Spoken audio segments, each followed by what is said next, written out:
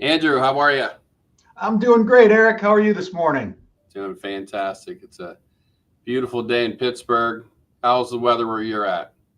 I'm sitting here in my office looking out the window. The sun is shining. It's supposed to be mid 70s. This is what spring is supposed to be like. That's good. Let's get started. You ready? Sounds good. Yep. This is our third edition of this series of Chopping It Up. Excited to have my friend Andrew Ozlowski back, executive advisor who leads training here at the Cabbage. We'll start a new session here in the next couple weeks. You'll see some more stuff. I think the last session we had our chief legal officer on, Wesley Snell, talking about Allegion and the criticality of how business and legal terms play into securing the best contracts. So today we're going to talk a little bit about, we feel, the kryptonite on either side of how a negotiation could go. And nobody better to have this conversation with today than Andrew. Andrew, welcome to the Chopping It Up session here. Eric, thanks for having me back. And thanks for letting me hijack your series of Chopping It Up for the last few sessions. Yeah, I came to Eric shortly after I had joined Green Cabbage and said, hey, wouldn't it be great if we introduced the public to some of the new things we're doing around education and that alignment with legal, the things that Wes were doing. So I proposed to Eric that I hijack his Chopping It Up for the last three sessions. And as he mentioned, this is the last of those because we're going to kind of grow to talking about how we help people address some of the alignment challenges that Eric just referenced. But I'm going to flip the script on Eric today a little bit. Because normally he's interviewing people in these or asking questions to people in these sessions. And today I'm going to do that with him. And I'm going to steal his job for today. And again, lead him in the conversation. So now that he knows I'm leading and he's following, let's go ahead and get started. So, Eric, you mentioned we're going to talk about alignment today. And we're going to talk at a high level about alignment and answering these questions. But in order to get the answer to these questions, I got a number of other questions I'm going to ask you. So when you think about team alignment, deal team alignment, as it relates to a negotiation, what does that mean to you? Yeah, so from a deal side of it, working in a supplier and selling to a client, these folks are trained. They have training once a quarter. They understand how these individuals are measured, whether they're calling on the business, whether they're calling on IT, whether they're calling on procurement or finance. They have all the tools. They have the training, and alignment from them is really to find, who's going to talk, who's going to give them information that they might not have.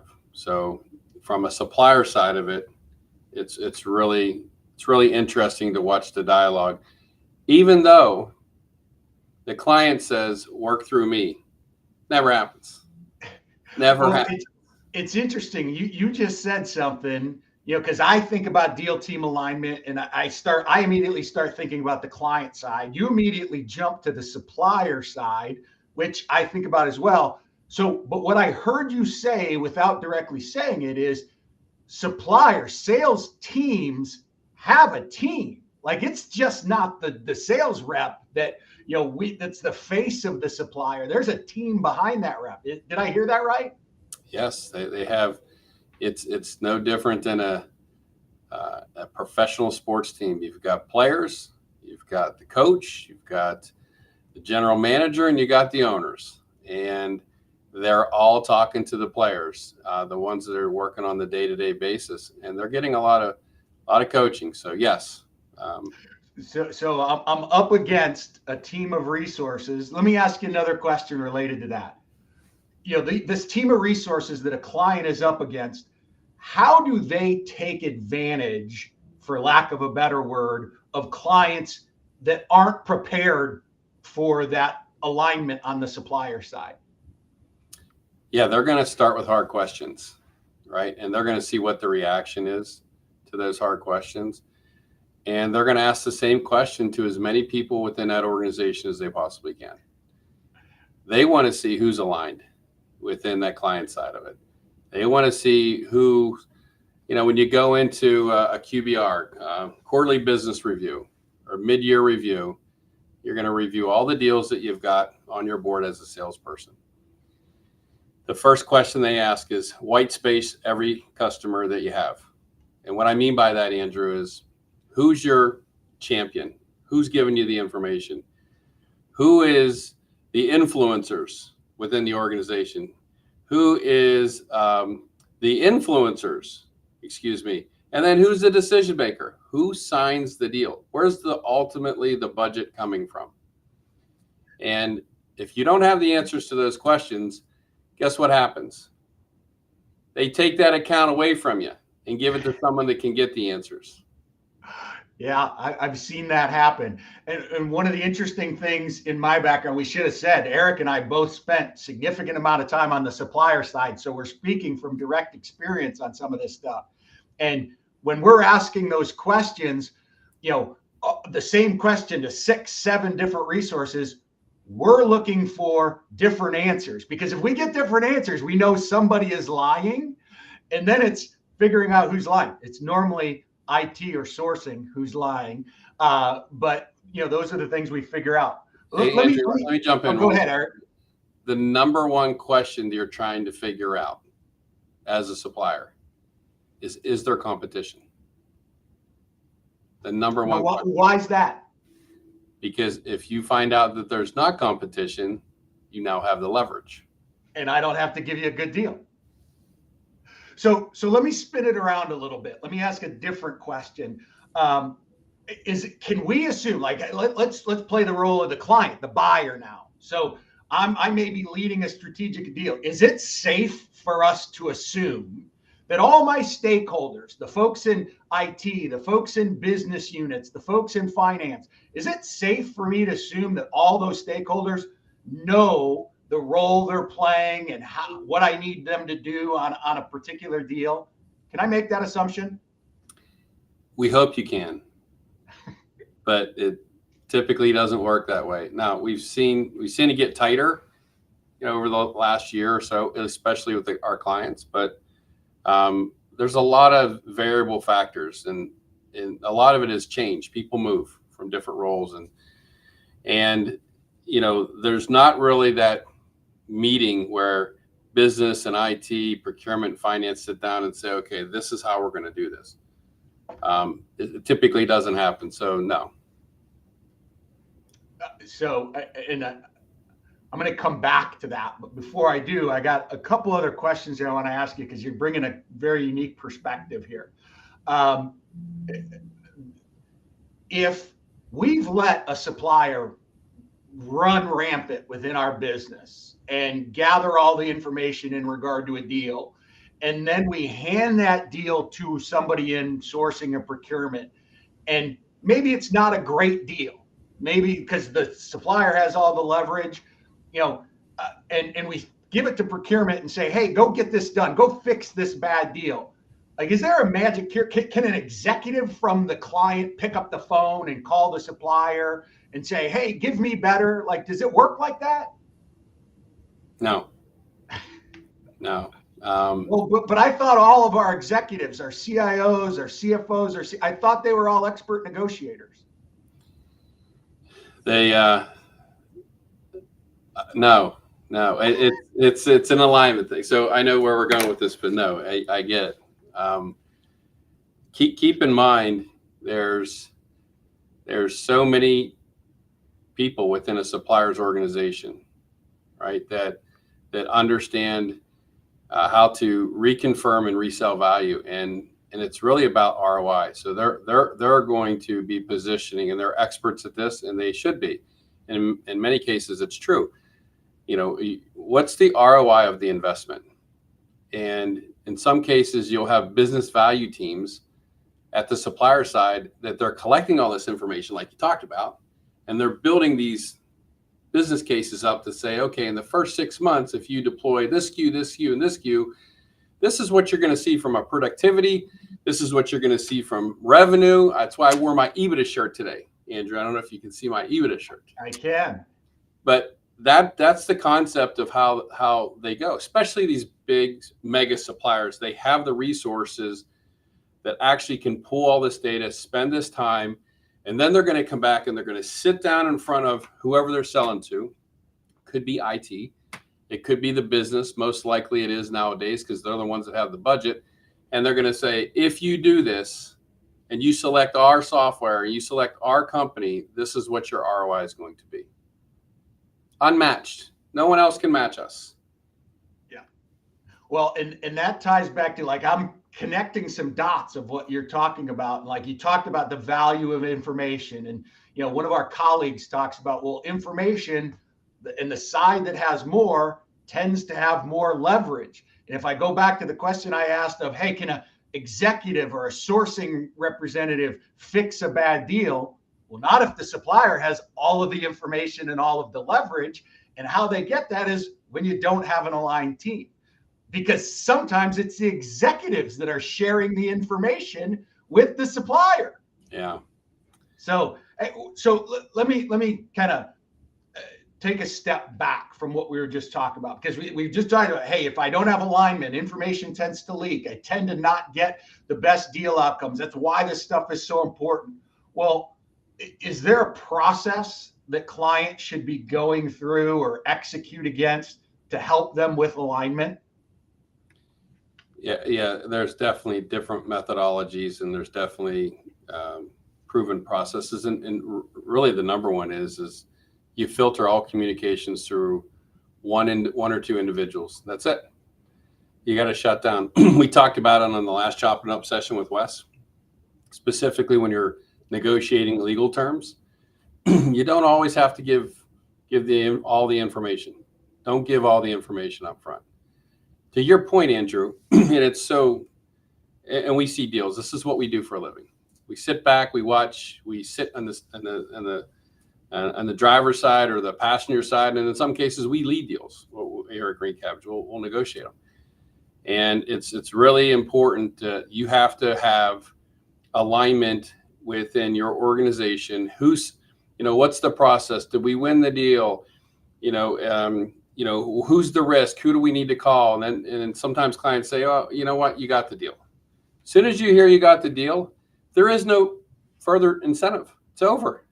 Yeah. And then it's like, hey, I'm taking the deal off the table if you don't do it by the end of the month. So now you're sitting there thinking, okay, the deal's going to get worse. Yeah. You've got suppliers out there that are increasing their renewals by 200%, 300%, 400%. We see them. They know who these suppliers are, right? So, and automatically, what do? They work at the sales rep level for the next 3 months, and they got anxiety every night when they go home and they talk to their wife and husbands, right? Because there's no alignment, there's no strategy. Yeah, and this is the point where I'm going to steal some thunder from you and say, hey, you know what? Yeah, there is a process, like you just said, and you just highlighted some of the things in that process of that, that allow you to align the team. Well, the reality is there's a very simple process. It's something that we teach to clients, and it starts with playing early. It ends with being very good at being able to execute and manage. Because if I start there and say, all right, align early, if one of the top questions that I consistently hear from chief procurement officers and chief information officers from both the IT side and the buy side is, how do we get more value from our procurement team? How do we elevate the strategic value of the folks that are running our deals? And it's actually quite simple. And you alluded to a lot of the stuff on this process, because if you as a client can run this process, play early, manage the activity, because that's where the team aspect and alignment comes in. All of the things that are on this process align to aligning my team, because if I play early, it allows me to do that. If I manage activity, because people in sourcing or in IT don't do everything. I got to have other resources that I've got to, say, hey, I need this from you, and here's when I need it. I need to know what product or service I need and when do I need it. I need to know what not to say to suppliers. You talked about that at length. I need to know what's important to the other side. It's funny, I had this conversation with a client of ours yesterday that's being told something by a supplier in regard to why they can't do something on a deal. I can't give you old legacy pricing. Well, the only reason they can't give old legacy pricing is because they're not compensated as well on that model versus a cloud model. That's the only reason that the supplier, but I better know those things. And then I better know what options I have. I better know what to say. So this process and kind of this whole thing around alignment, Eric, the last few sessions we've talked about have built to, we apply this process. This is what we're teaching our clients, through our Deal Leader Workshop series, so that they can execute against this. This is what we do very well. Eric, do you have any thoughts that you'd like to share now that I stole a little bit of your time? No, yes, I do have some thoughts. The first one, early engagement, it's really proven right now that if time is not in your favor, you're not going to secure the type of agreements that you want. So starting early, right? Being proactive. These are mega suppliers, 6 months, 12 months, could be a year and a half out. If it's in your renewal flow and you do not have renewal caps, or if it's a newer supplier that's been disruptive, or if it's an acquired supplier that's being disruptive, and everyone knows who all these folks are, you've got to put that time in up front and build that strategy. But market intelligence, first place we tell everyone to start. Second is strategy, in the same vein, looking at different options, asking for different licensing models, asking for different terms and conditions, right? Asking early, because at the end of the day, the deal is going to come down to a certain day. And if you don't have all of those ask up there, there's no approval. So the sales teams they're responsible for putting an approval up. And they only want to go up one, maybe two times. And I say maybe very carefully, because the best sales reps don't go up two times. They go up one time. And they get hit hard. We were talking about this yesterday. Andrew mentioned we worked at these enterprise software companies. And our job is to collect all of the desired wishes from the client and go up with one approval and get approval on that. And then we sit across the table and we negotiate. And the supplier's job is not to give as much away as they can. It could be pricing, it could be terms, it could be legal language, whatever the case may be. But starting early is so critical nowadays, and it starts with market intelligence. Yeah. Two final thoughts I have on this process, Eric, is the first is, if I do all these things well, the odds of me getting a better deal outcome go up exponentially. Because if I do all these things well, I'm building and managing leverage, time, options, whether the supplier knows they've won or not. Because in a negotiation, if the supplier knows I don't have any time, knows I don't have any options, and therefore knows they've won the deal, they're not negotiating. They may throw me a few crumbs to make me feel like I got something, but if they know they've won and they know we don't have time and they know we don't have options, why do they have to negotiate? They don't. And they have that mentality. Well, this process helps you stay out of that situation. And this process is what we apply in the Deal Leader Workshop series of classes to create more effective deal leaders. So folks, and I don't care if you've been doing this 30 minutes or you've been doing it 30 years, improving how you can execute against this process can make you better. And we've had people that have gone through the classes that are brand new, and that have been around for 30 years. And they all come out of it with things that they can put into practice. So with that being said, Eric, I'll kind of open it up to you. Any final thoughts, before we throw it out to the audience on any questions? Here's what I would say. Go back to that slide again, please. If you go Sure. back, the results are there, right? So you put a plan in place and you got to measure it. Plan. And you got to adjust the plan. It's like having a game plan going into a football game, and you go in at halftime and you huddle back up with the offensive team, the defensive team, and special teams, and you got to change your plan.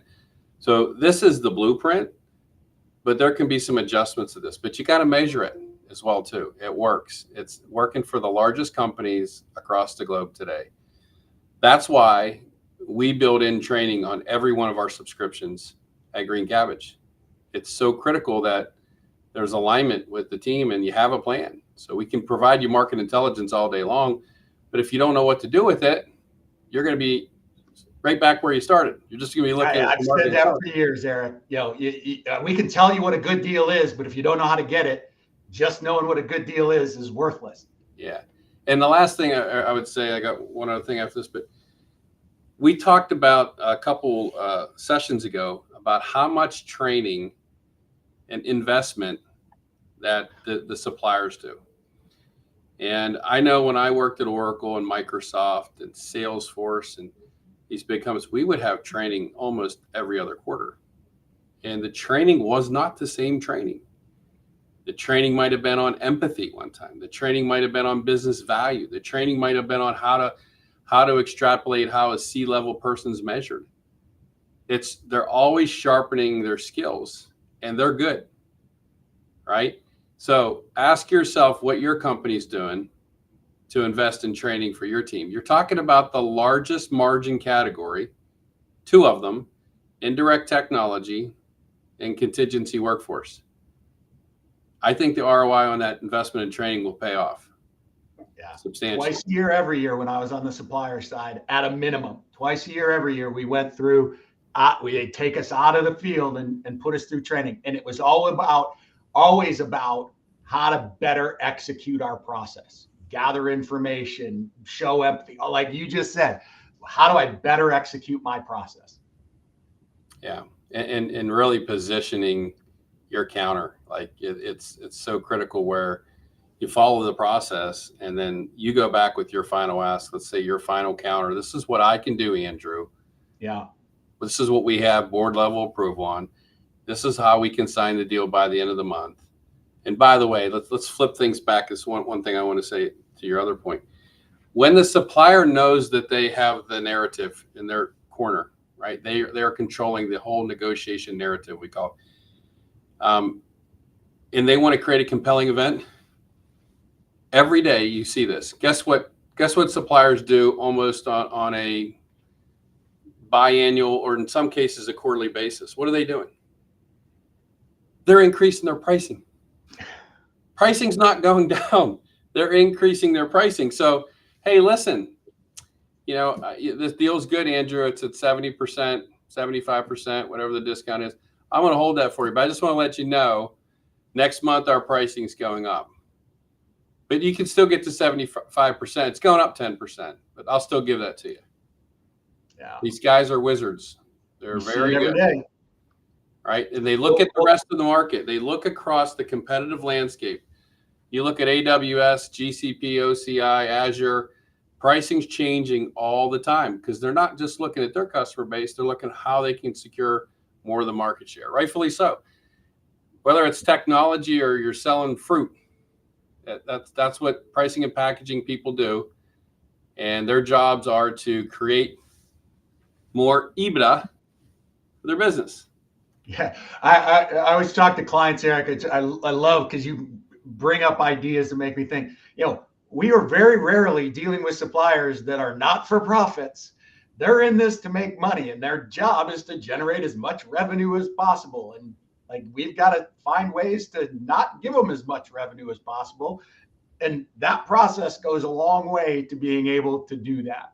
So, Eric, I just want to say thank you for letting me steal the last few sessions to introduce some of the new things that I'm associated with here at Green Cabbage. You know, I get really excited about being able to train and coach people and take them through learning that process and executing in that process. So being able to talk about that the last few sessions and how that's related to what Wes is doing on the legal side and what we're rolling out there.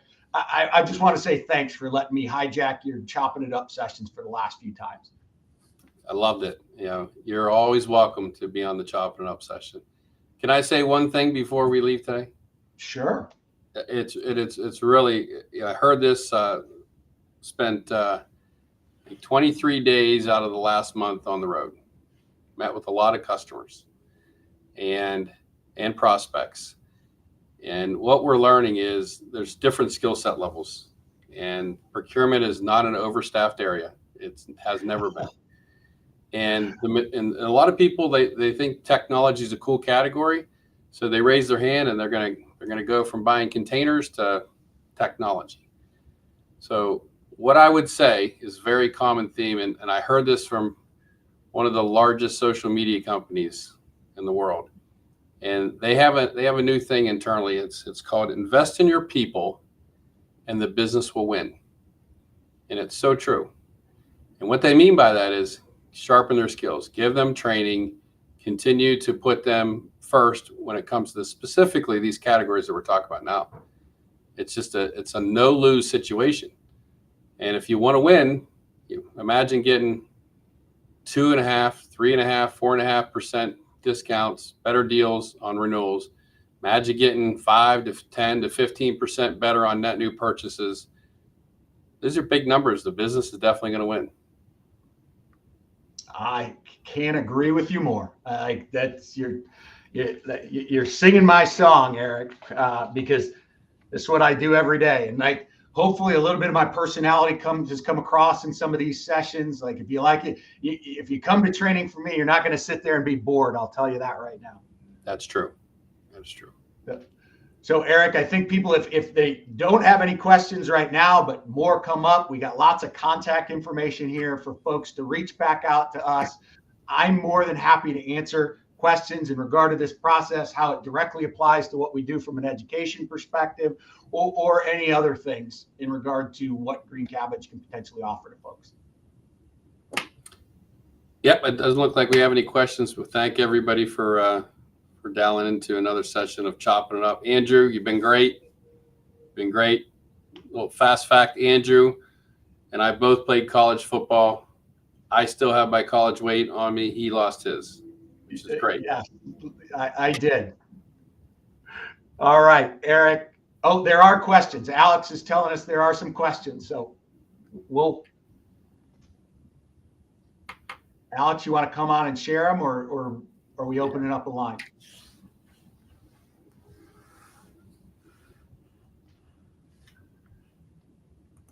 Alex? I'm not seeing the questions. I do not either. What we'll do is we'll take the questions offline and we'll be back to you. All right? Sounds great. Thanks for dialing into Chopping It Up. All right. Thanks, Eric. Appreciate you letting me steal some time from you. You got it. Thank you. All right.